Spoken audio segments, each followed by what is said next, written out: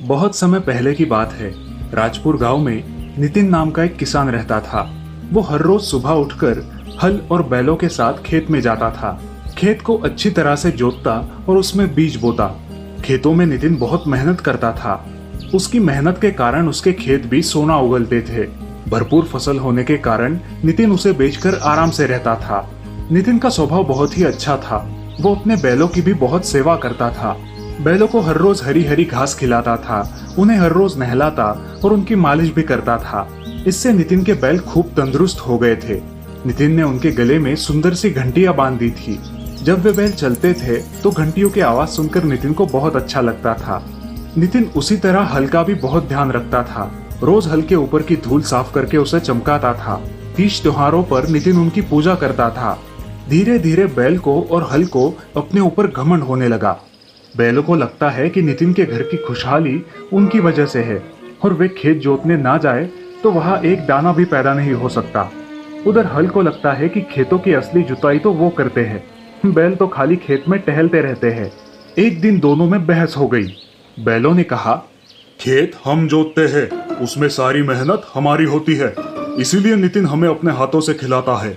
तभी हल ने अकड़ते हुए कहा, जी नहीं, धरती का सीना फाड़ कर ताजी मिट्टी बाहर हम निकालते हैं, इसीलिए असली जुताई हमारी हुई, तभी तो किसान हमारी पूजा करता है।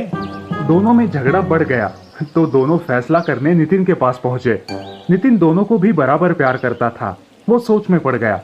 बाद में नितिन ने सोचकर बैलों से कहा, तुम्हारा कहना सच है, तुम बहुत मेहनत करते हो। जाओ, आज पूरा खेत तुम जोताओ। ये सुनकर बैल खुशी से उछलते कूदते खेत पहुंच गए। वे पूरा दिन खेत में चलते रहे। शाम को नितिन ने आकर जब देखा तो खेत जरा सा भी जूता नहीं था। नितिन ने कुछ भी नहीं कहा और बैलों को लेकर चुपचाप घर लौट आया। अगले दिन नितिन हल को कंधे पर लाद कर खेत में पहुंचा।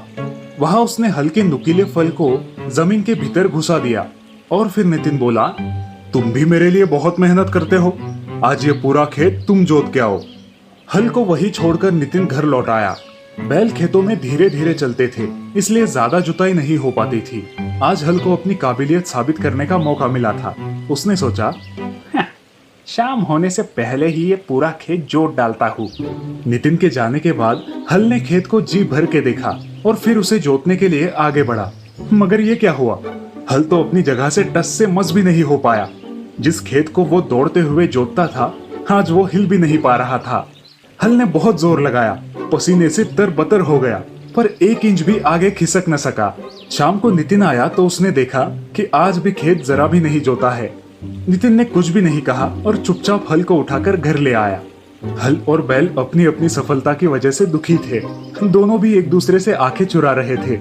ये सब नितिन ने देखा और उन्हें समझाने लगा, हम सबकी शक्ति एकता में है, अलग अलग होकर हम सब अधूरे हैं, इसीलिए आपस में लड़ने की बजाय अगर हम मिलजुल कर काम करें तो कोई भी काम असंभव नहीं है। ये बात हल और बैल के समझ में आ गई। दोनों में फिर से एक बार दोस्ती हो गई और अगले दिन बैल घंटियां बजाते हुए खेत की ओर चले तो नितिन ने अपने कंधे पर हल को लाद दिया। उस दिन सभी ने मिलकर खेतों की खूब जुताई की। थोड़े ही दिनों में खेतों में हरी भरी फसल लहलहाने लगी। तभी से किसान, बैल और हल, इन तीनों की जोड़ी आज तक कायम है। तो दोस्तों, इस कहानी से हमें ये सीख मिलती है कि कोई भी व्यक्ति अपनी अपनी कला में माहिर होता है। कभी भी किसी की तुलना किसी और से नहीं करनी चाहिए।